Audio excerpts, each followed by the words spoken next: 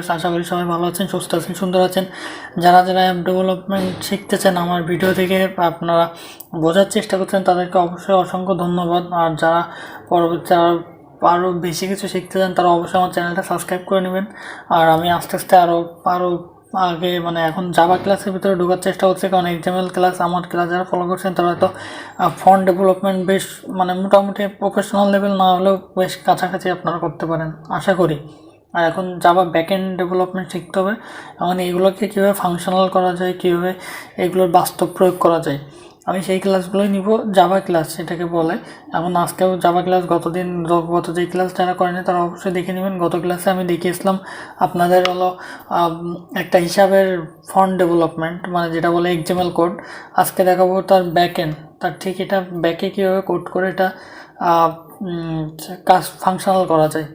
তো যারা যারা আমার চ্যানেলটা সাবস্ক্রাইব করেননি অবশ্যই সাবস্ক্রাইব করে নেবেন, লাইক কমেন্ট অবশ্যই করবেন যেখানে বুঝতে না পারেন। তো আশা করি আপনাদের সবাইকে নিয়ে আমি এগিয়ে যাওয়ার চেষ্টা করব, সবাই পাশে থাকবেন, ধন্যবাদ। আজকে ক্লাসটা শুরু করার আগে যেটা বলতে চাচ্ছি, আমার একটা ব্লগ চ্যানেল শুরু করছি, যারা যারা এখনও চ্যানেলটা সাবস্ক্রাইব করেন অবশ্যই সাবস্ক্রাইব করে নেবেন। কারণ এইখানে যে মনে করেন দেখুন 158টা ভিডিও ফ্ল্যাশ দেওয়া আছে, আমি শর্ট ভিডিও দিতে থাকি যাতে চ্যানেলটা অ্যাক্টিভ থাকে। আর রেগুলার আমি ব্লগ ভিডিও দিতে থাকি, এখানে চায়না বিষয়ে অনেক ধারণা পাবেন, আমি দিতেও থাকবো। আশা করি সবাই চ্যানেলটা সাবস্ক্রাইব করবেন, তবে এটাই আশা করব। তো আজকের যে ক্লাসটা সেই ক্লাসটা আজকে শুরু করা যাক। আজকে ক্লাসটা শুরু করতে যাচ্ছি, দেখুন আমি নিজে আর কি কমপ্লিট করছিলাম, আপনাদের বলছিলাম যে নিচে কীভাবে করে নেবেন। তো এই যে দেখুন আমি কিন্তু করে নিছি, একটা বেসিক ফাংশন সাজাই নিছি। এটা কিন্তু অ্যাপের খুব একটা সুন্দর দেখায় না, আপনারা আরও এটা মডিফাই করবেন, কোথায় কী করলে সুন্দর করা যায় আপনাদের ধারণা আমার থেকে অনেক বেশি, তো সেইভাবে কাজ করবেন। আর এখানে আপনারা জানেন যে কি করা যায়, টেক্সট লাইক এটা কীভাবে কাজ করে ফাংশন আমি প্রথম থেকে দেখাইছিলাম যে প্রথমে লিনিয়ার লেআউট নিয়ে কাজ করবো, তারপর একটা টেক্সট ভিউ রাখবো, এই যে সেই টেক্সট ভিউয়ের কাজটা হলো এখানে। তারপরে রাখবো একটা বাটন, তারপরে এই যে বাটন রাখছি, বাটন বলতে কি একটা গ্যাপ, একটা সৌন্দর্য একটা এসে রাখছি। তারপরে এখানে একটা লেখা দিছি, টেক্সট দিছি, তো এটা আপনারা সবাই জানেন। তারপরে এখানে একটা করছি, এখানে দাম এডিট টেক্সট হিন্ট হিসেবে যেটা থাকে সেটা। তারপরে হলো আবার দাম কত, আবার একটা টেক্সট রাখছি, তারপরে দাম, এখানে দাম লিখছি, তারপরে হলো একটা বাটন রাখছি, ঠিক আছে। তারপরে কি করছি, তারপরে এখানে একটা ফাঁকা জায়গা রাখছি, এখানে কিছু একটা আপনাকে আউটপুট দেখাবে। যেমন গত ক্লাস বা তার আগের ক্লাসে যেটা দেখেছিলাম, একটা মজার একটা কোড দেখাইছিলাম হয়তো, আর সেটা দেখে নেবেন অবশ্যই। সেটা দেখলে বুঝবেন যে ইউজার ইনপুট যেটা দেবে তার থেকে কোনো ফলাফল নিয়ে আপনি কীভাবে একটা আউটপুটে কাজ করতে পারেন। আমি যেটা দেব সেটাকে ফাংশনাল করে আপনি একটা আপনার মনে করেন যে ইউজারকে একটা সুন্দর একটা রিপোর্ট বলুন, যে কোনো রেজাল্ট বলুন, যে কোনো ধরনের লেখা বলুন, সেই লেখাগুলো আসবে। আর যাদের চায়না বিষয়ে একটু জানার আগ্রহ আছে যে চায়নাতে কীভাবে পড়তে আসে যায় সব কিছু বিষয়ে, আপনারা সরাসরি আমার সাথে যোগাযোগ করতে পারেন। তো আসুন আজকে জাভা ক্লাসে চলে আসে। আচ্ছা, আমাদের প্রথমে কী করতে হবে, আমাদের এডিট টেক্সট কয়টা আছে, আমাদের এডিট টেক্সট আছে মনে হয় দুইটার সাথে আমাদেরকে এখন পরিচয় করাই দিতে হবে। পরিচয় পর্ব প্রথমে একটা আইডি ধরতে হবে, দেখে এখানে আইডি ধরা আছে কিনা, প্রথম থেকে চেক দিই। আইডি টেক্সট প্রথম আছে, টেক্সট ভিউ আছে, তারপরে হলো টেক্সট, তারপরে আছে টেক্সট, তারপরে টেক্সট 2, এডিট টেক্সট, ওকে। তো এখানে দেখুন আমরা কিন্তু টেক্সট নিয়ে কোনো কাজ করব না, কাজ করব কোনগুলো, কাজ করবো এই যে এই ফাঁকা বাক্সে যেই ভ্যালুটা দেওয়া হবে আমরা সেই ভ্যালুটা নিয়ে কাজ করব। সো এডিট টেক্সট নিয়ে কাজ করব। তো এডিট টেক্সটে একটা আইডি ধরতে হবে, আইডি, আপনার এই আইডি চলে আসছে, তারপরে একটা আইডি দিতে হবে, @of আইডি আপনার সাজেস্টে চলে আসবে, মনে করেন edit text on, edit on দিলেন, এডিট অন দেন। আর এটাতে দেন মনে করেন এডিট 2, এক্সাম্পল Ctrl+C দিয়ে কপি করলাম, কপি করে আপনার সবসময় সাজেস্ট থেকে নেওয়ার চেষ্টা করবেন, ঠিক আছে। আর একটা করি, এই যে এডিট টেক্সট, এখানে আছে Ctrl+V, এটাতে একই নাম হয়ে গেলে আইডি ধরা এটা সমস্যা হবে, আপনি এটা জাস্ট টু করে দেবেন, ঠিক আছে, এডিট টু। তো এখন আসুন আমরা জাভাতে এডিট টেক্সট নামে আপনার এই ধরবো EDIT এডিট টেক্সট, আমরা এটা কি নাম দেব EDI edit on comma EDIT edit two, then complete. তারপরে কি করতে হবে, বাটন BUTT বাটন, তাই না? বাটনের আইডি আমরা কি ধরছি, বাটনের আইডি ধরছি কিনা দেখে আসি। বাটন আইডি বাটন টু ধরছি, এখন সেটা পরিচয় করতে হবে BUTT বাটন টু, কমপ্লিট।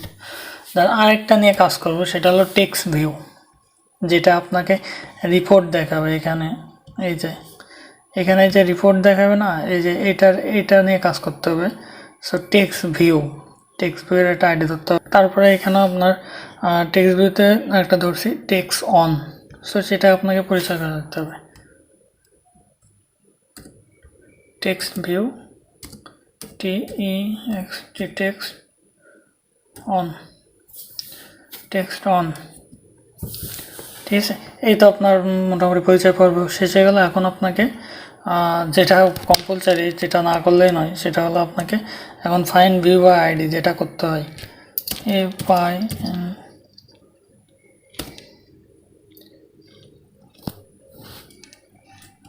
এটা আগে দিতে হবে আপনার যেটা বলছেন EDIT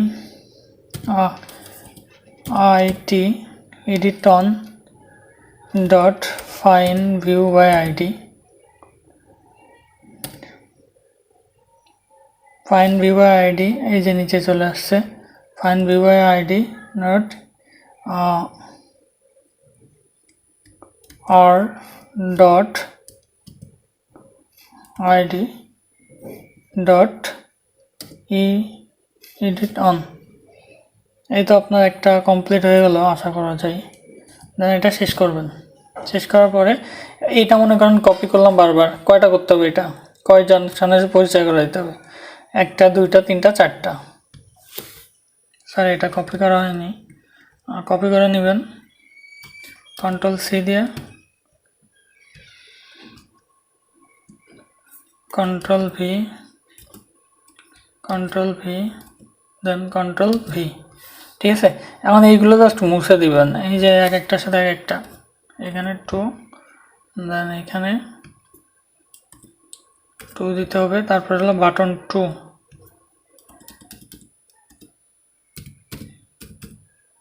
button two, then you need to change here BU button 2, then the last one should be text on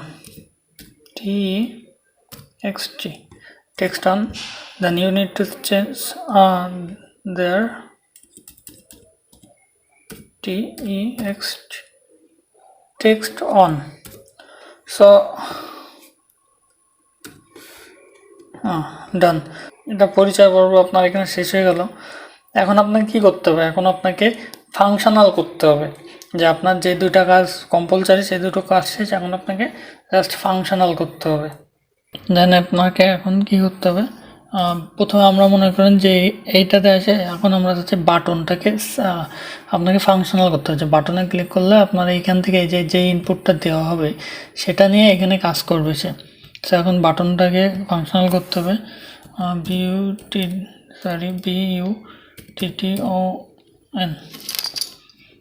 button two dot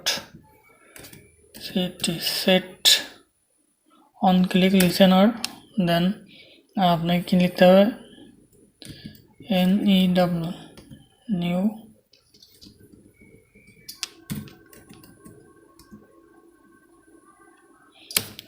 view on click listener, ঠিক আছে, এটা আসলে আপনারা পারার কথা, যারা আমার চ্যানেলটা রেগুলার ফলো করেন তাদেরকে এটা পারার কথা। দেন এইখানে আপনাকে জাস্ট কোডটা করতে হবে। কোডটা করার আগে একটা কথা বলি, যে মনে করেন এইটা সমান সমান আরেকটা ভ্যালু, তার মানে কি এটা সিমিলার এটা না, কোডিংয়ের ভাষা কিন্তু অন্যরকম। কোডিংয়ের ভাষায় আমি আপনাকে একটু বোঝাই, যে এখানে আপনারা দেখতে পাচ্ছেন কিনা জানি না, যে আপনি এই পাশে লিখলেন এস, দেন এই পাশে মনে করেন যে এইচ, তাহলে কি এস আর এইচ সমান সমান একই হলো? একই কিন্তু না। প্রোগ্রামিংয়ের ভাষায় যেটা বলে যে এটা অ্যাসাইন অপারেটর, তো এইটা মনে করেন এই ভ্যালুটা ঠিক এর ভিতরে ঢুকে পড়লো।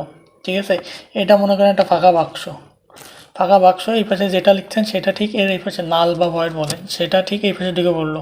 সো আপনি মনে করেন এখানে এটা দিয়ে বাক্স দিয়ে জিরো দিচ্ছেন, তাহলে এই জিরো ভ্যালুটা কিন্তু এই যে অ্যাসাইন হয়ে যাচ্ছে এর ভিতরে। এটা আপনাকে এই কারণে, এটা কিন্তু সমান সমান বলে না, প্রোগ্রামিংয়ের ভাষায় এটা কিন্তু সমান সমান বলে না। এটাকে আপনাকে জাস্ট বুঝে নিতে হবে যে এই পাশে কত আপনি দিতে যাচ্ছেন। সাপোজ মনে করেন আপনি একটা জিনিস প্রিন্ট হতে যাচ্ছে, একটা কোড রান করলেন, রান করে মনে করেন প্রিন্ট হতেই আছে, কোথায় স্টপ হবে আপনি জানেন না। সো আপনি তখন প্রোগ্রামে কোথায় চেক করবেন, এই যে ঠিক অ্যাসাইন অপারেটর দিয়ে এই পাশে কত ভ্যালু দেওয়া আছে, এই পাশে যদি আপনি 10 ভ্যালু দেন, সাপোজ মনে করেন 10, তাহলে এটা 10 পর্যন্ত কাউন্ট করে ও স্টপ হয়ে যাবে। আর এখানে যদি আপনি নাল বা ভয়েড মানে এমন কোনো ফাংশন রাখেন, ফাঁকা রাখেন, তাহলে ওর মতো কন্টিনিউয়াসলি হতেই থাকবে। এটাকে বলে অ্যাসাইন অপারেটর। ঠিক আছে,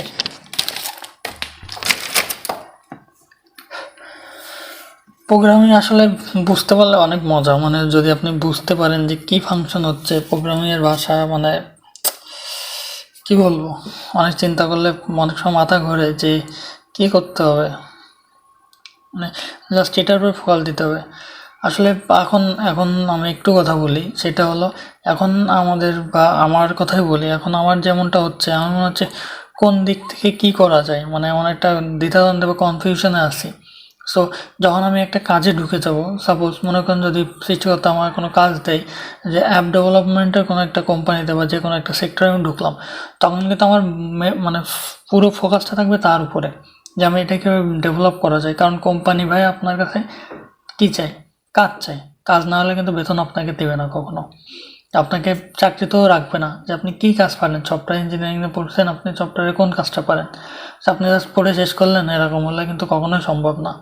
তো মানে আপনি কী কাজ চাচ্ছেন, আপনি আপনি সফটওয়্যার ইঞ্জিনিয়ার এমন একটা বিষয় যে আপনার রেজাল্ট কেমন সেটা অনেক সময় ভেরি করে না, ভেরি করে আপনি কাজ পারেন কিনা। আপনার রেজাল্ট মনে করেন আউট অফ 4-এ 4ই আছে, তাহলে আপনার এটা আপনার কী হবে, কি আপনার পরবর্তী পড়াশোনার জন্য সুবিধা হবে, কিন্তু কাজের ক্ষেত্রে আপনি জিরো, আপনি পারেন না, কোনো কাজই পারেন না। আপনি জাস্ট ওই রেগুলার পড়া পড়ছেন আর পাস করছেন, তাহলে কিন্তু আপনার কাজের ক্ষেত্রে কোনো ভ্যালু নাই। সব কাজ শিখুন, আর যাদের ভালো লাগে অবশ্যই লাইক কমেন্ট করুন, অবশ্যই সাবস্ক্রাইব করবেন। তো এখন আসুন, এখন অন ক্লিক লিসেনার বাটনে অন ক্লিক লিসেনারটা লিখতে হবে। তো এই যে এখন দেখুন আমি মোটামুটি কোড করলাম আর কি, যে আপনাদের একটু বোঝানোর জন্য, যে কোড করে বোঝানোর থেকে করে এখন লাইন বাই লাইন আপনাদেরকে একটু বোঝাই, যে এইটুকু পর্যন্ত তো বুঝছেন। বাটন তারপরে বাটন নিলাম, বাটন নেওয়ার পরে এইখানে আপনাকে বাটনের যত ফাংশনাল সব কিছু করতে হবে। তো একটা বিষয় মাথায় রাখবেন, ফ্লোট আছে, ইন্টিজার টাইপ আছে, তারপরে আপনার ডাবল টাইপ আছে। ডাবল যেটা ফ্লোট বলতে কি, যে মনে করেন একটা সংখ্যার পরে পয়েন্ট আছে, যে আপনি পূর্ণ সংখ্যা 40-এর পরে আবার একটা পয়েন্ট আসবে, তারপর শূন্য আসে, ওই যে পয়েন্ট যে ভ্যালুটা, ওইটাতে আপনাকে ফ্লোট বোঝায়। আর আপনি যদি ইন্টিজার রাখেন, ইন্টিজার একটা ভ্যালু মানে পূর্ণ ভ্যালু যেটা বলে, আর ডাবল মানে সংখ্যা, এই যে মনে করেন 1 point something dot dot dot dot dot dot, এগুলো মনে করেন ডাবল ভ্যালুর ভিতরে যায়। তো এইগুলো মনে করেন ফ্লট। এখন ইন্টিজার টাইপ আমি এখন ফ্লট দিয়ে করছি, ফ্লট দিয়ে আপনি চাইলে ইন্টিজার দিয়েও করতে পারেন। এখানে জাস্ট ইন্টিজার করবেন। তো ফ্লট, তারপরে আপনাকে 2-3টা কাজ করতে হচ্ছে। বাই প্রাইস, কেনা প্রাইসটা আপনাকে ওই ইচের বাক্স থেকে নিতে হবে, যে কেনা প্রাইস কত, কেনা দাম কত, এই যে এখানে দেবে না দামটা, সেটা আগে নিতে হবে। তো সেটার জন্য আমি এখানে কি করছি, বাই প্রাইস, তারপরে আপনাকে কি করতে হবে, এখানে স্ট্রিং ইকুয়াল টু বাই, যে কোনো একটা, এখানে যে মনে করেন যে কোনো একটা নাম দেন, কেনা ইকুয়াল টু এডিট অন, এই যে যেখানে দেওয়া আসলো এডিট অন থেকে আপনি ভ্যালুটা নেবেন না, এই যে এখানে নাম দিচ্ছিলাম প্রথম কোনটা এডিট অন, সো সেই edit on dot gate text dot two string, এগুলো আপনার সব সাজেস্টে চলে আসবে। তারপরে বাই প্রাইস, তারপরে বাই প্রাইস ইকুয়াল টু আপনার এখানে পি দেওয়া উচিত ছিল, বাই এফ না, এখানে পি হওয়া উচিত ছিল বাই প্রাইস। সো আপনাকে এখানেও চেঞ্জ করতে হবে, বাই প্রাইস সেল প্রাইস, ঠিক আছে। এখানে এই যে দেখুন রেড হয়ে গেছে, এখানে আপনাকে চেঞ্জ আনতে হবে। তারপরে এখানে আপনি এটা গেল string by equal to edit text, এই প্রথমটা নিয়ে কাজ করছেন। তারপরে আপনার বাই প্রাইস দিতে হবে, তারপর ফ্লোট ভ্যালুতে চাচ্ছেন যেহেতু ফ্লোট ডট পার্স ফ্লোট, এই যে বাই যেটা দিছিলেন এইটার ভ্যালুটা ঠিক আপনাকে এখানে দিয়ে দিতে হবে যে এইটা। তারপরে এখন স্ট্রিংয়ের ভিতরে আরেকটা আছেন সেল, যেটা আপনি সেল দিয়েছেন যেই দামে, সেল এডিট অন। সো এখানে আপনাকে এই যে এটাও মুছে দিতে হবে, এখানে পি দিতে হবে, দেন এখানে বাই প্রাইস এখানে পি দিতে হবে। তো তারপরে এখানে স্ট্রিং এডিট অন নিয়ে কাজ করতে হবে, এডিট অন। তারপরে আপনাকে এখানে এডিট অন না, এখানে হবে আপনার এডিট টু, সেল প্রাইস কি এডিট টুতে ছিল না, আপনাকে এডিট টুতে ছিল, এখানে একটা এডিট টু, ঠিক আছে, এটা নিয়ে কাজ করতেছেন। তাই edit to get text to string float value. আসুন আমরা একটু রান করে দেখি প্রোগ্রামটা কাজ করতেছে কিনা। আচ্ছা, আমার এইখানে দেখুন, এখানে লঞ্চ সাকসেসফুল চলেছে, কোনো একটা ত্রুটির কারণে আজটা রান হচ্ছে না, কিন্তু এটা রান হয়েও ছেড়ে দিচ্ছে। তো এটার কি সমস্যা আমি সমাধান করে একটু সময়, হয়তো নেক্সট ক্লাসের শুরুতে আমি এটা দেখাই দেবো সমাধান করে। তবে এটা কোনো ত্রুটি না, আপনার এইভাবে কোড করে আপনার পিসিতে হয়তো রান হবে। আমার কোনো সাইডে ফল্ট আসছে, কোনো দিকে কোনো ইরোর নেই, কিন্তু এটা কেন আমাকে এটা একটু চিন্তা করা লাগবে। তো পরবর্তী সময় পর্যন্ত ভালো থাকবেন, সুস্থ থাকবেন, সুন্দর থাকবেন। পরবর্তীতে আমি আরও নতুন কোনো প্রজেক্ট নিয়ে আপনাদের সামনে চলে আসবো। আর অবশ্যই আমার জন্য দোয়া করবেন, আর অবশ্যই চ্যানেলটা সাবস্ক্রাইব করবেন। আসলে একটা ভিডিও বানাতে বসলে অনেক কাজ, মানে এখানে চায়নাতে আসার পরে কত কিছু ম্যানেজ করে তারপর একটা ভিডিও কমপ্লিট করা লাগে, আর কত টাইম এখানে পড়াশোনার যে কতটা চাপ। তারপরে আপনি মনে করেন সব কিছু মিলাই আমার মাঝে মাঝে শরীরটা মানে নিজের কাছে নিজের অনেক খারাপ লাগে, যে মানে কোনো কিছু খুঁজে পাই না যে এটা করবো না এটা করবো, মানে খুব একটা টেনশনের ভিতরে, খুবই ঝামেলার ভিতরে। তো তারপরেও আমি আপনাদের জন্য ভিডিও করতে থাকি। তো সবাই পরবর্তী ক্লাস পর্যন্ত ভালো থাকবেন, সুস্থ থাকবেন, আমার জন্য দোয়া করবেন। অবশ্যই আমি সবার জন্য দোয়া করি। ধন্যবাদ।